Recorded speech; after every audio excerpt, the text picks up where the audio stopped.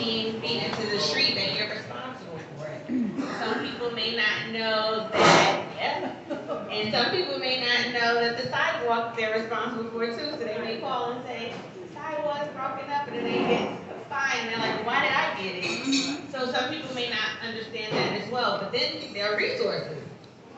So, for example, after COVID, after the amnesty, DEP provided an amnesty program for a short period of time to help folks get on the right track in terms of their water bills. This office would be one that can help direct people to resources like this, or when there are grant opportunities, because they have a number of grant opportunities right now as well. So those are some examples. In the 31st Council District, we know while we have both homeowners and renters, it is predominantly homeownership, and we want to make sure that we're preserving homeownership so that folks don't feel that they have to struggle or be at risk of losing their homes. So they'll help in terms of those with foreclosure dynamics as well. So that's an added value. And then next week, I'm really excited that I have another bill that's about to pass the council, which is the swim equity bill. A lot of you have been hearing me talk about the swim equity bill. And what that bill will do is going to call on the Department of Parks and Recreation to do a study in terms of access to pool infrastructure and create a plan to be able to increase the access to swim education and swim infrastructure. So that means looking at our public schools, for example, and seeing how we can leverage those pools for the public as well. We're really excited about that. And in that journey, we learned that the city does not publicly share any aggregated data around drowning. And so as we were moving this bill forward, we decided to put in another bill, which is going to be heard this month also. And I would love to have people from our community on that hearing as well, to lend your voice to it, because it's important to have that data, because as we're now seeing more resources being designated in terms of swim education and swim safety, it's going to also be important to make sure that that money is coming to communities like ours, and the data will help that. So I'm really excited about that announcement as well. We have a hearing for the committee that I chair, Transportation and Infrastructure, on the street safety program or law that's in place. And I'll be introducing a bill that is pre-considered this week as well. That's going to revisit the street safety plan, that law, and add in equity.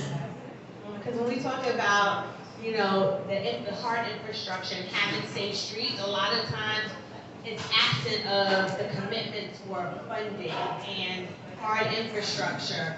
When we talk about, we want to make sure that our kids can cross the street safely, but we're asking for a speed bump and it's taking 5 years to get a yes or no, and in most cases it's a no.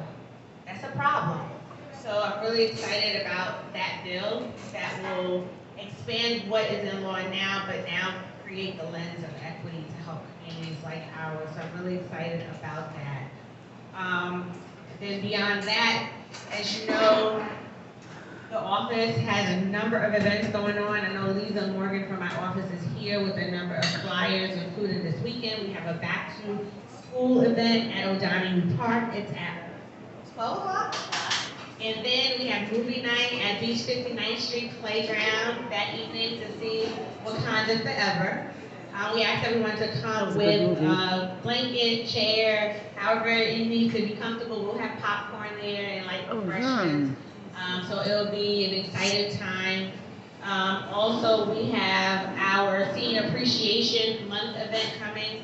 So I know we don't have any seniors in this space, but for those who know seniors, we ask that you invite them to our event. So what we're doing this year is a little bit different. Instead of having two separate events, we're going to bring the district, mainland, and the peninsula together and have one really nice event. What we're looking to do is we're going to have a presentation, a performance, by Barata, and we'll have lunch. Nice. Extremely limited, so we have 75 spots. So if you're interested, I encourage you to give us your name today, because we're after I leave here, I'm going to a press conference to announce this with the room full of seniors, and we want to make sure District 31 fills up those seats first. Also, we just sent any cities over there, hiring hall. We know we have all of this construction going on the peninsula. I've been working very closely with the developers as well as the workforce in Rockaway, because what I had been hearing is people feeling like they're not getting hired, they're not getting great wages. So, we're navigating that together, but what we are doing is we're going to be having a hiring hall. It's co-sponsored by all of the electeds. We're working on this together, and we're going to have all of the developers that are building right now that's hiring and have positions there. And some of them are going to be doing on-spot interviews as well.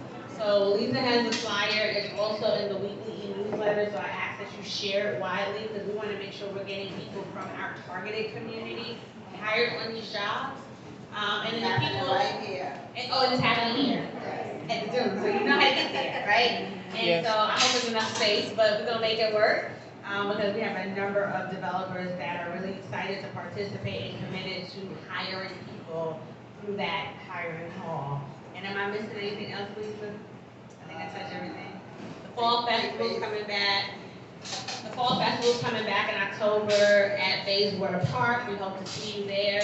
And then we have our faith-based quarterly meetings. So if there are any faith-based leaders here, or anyone who's active in their church and have a relationship with their faith-based leader, we ask that you invite them to this meeting. We're going to have a couple of presentations. I know Con Ed is doing a presentation this month, and I forget which agency, but we always have like agencies come in, give valuable information, and try to find ways partner with the various community-based organizations and members of the community. And so with that, I know I ran past my 6 minutes, but I'm about to go. I'm just going to leave you with one more thing, just to, and how could I forget? We launched our Far Rockaway Trauma and Healthcare Access Task Force website. And I ask that you share it around, because I keep getting tagged on Facebook about we need a trauma facility. We need a trauma facility. What is being done about it? And so it's important that people know that we set up this task force and open for the community to participate in to chart that force forward. And I'm really excited of the work that the task force and the community has done around that. There's still more work to be done. This is a big list that is well beyond my pay grade, to be honest, but as a united front, it makes it more attainable. And how I'll tell you is become more attainable. Recently, we had a ULURP in the city council, if you remember, called Ocean Crest. You guys remember about Ocean Crest? No. Yes. So Ocean Crest was a proposed 100% affordable housing project in the parking lot right across from Bayswater Park. And so while housing is, we're in a housing crisis. We need housing. I believe that housing is a fundamental right to people. But I also feel that communities across New York City have to share the burden also. And I think we have to also diversify our communities. We need to preserve home ownership and create opportunities. Because, there's some folks here that are like, I'll say millennials, and I forgot what the generation after millennials are, but that one as well. That, they're doing a great job, but want to be homeowners and can't afford to be homeowners. Right. And so we're trying to create that path for them. And so you don't have to wonder where my mind is with it, because you're hearing it from my mouth right now. I'm trying to chart a course for home ownership for those people who are coming home from school. Yes, thank you. I want to be homeowners. I get a lot of flack for it. I got beat up in the press about it. I was called a NIMBY person. Nope. I'll take it all for the community, because we need home ownership opportunities. It happens. Affordable. That's affordable. Yes, thank you. And so, through much fighting behind the scenes, but working together at the same time, we did something special with Ocean Crest. Ocean Crest is now going to be a 100% affordable homeownership project, which means it will be 88, it will either be co-ops or condos. That part gets decided down the line. Which 50% prioritization of the local community as well. And WBE goals, there's hiring goals, they're hiring a local monitor to make sure, right? Because as elected officials, we want to be advocates, but we need someone that we place them right there that's making sure they're hiring from the community. There's also going to be a prioritization on NYCHA residents. There are people who live in NYCHA that's on city fetch vouchers. And one thing that Assemblyman Anderson taught me is if you have a voucher, you can actually use that towards your down payment. And so that's a natural progression. Yes, I know you've been like trying to learn. And so I was really excited to hear that. I'm like, oh my God, that's amazing because sometimes it's really a matter of down payment and closing costs that's the roadblock. Because once you clear that, the mortgage in many cases is less than you're paying for rent. And you're building your equity.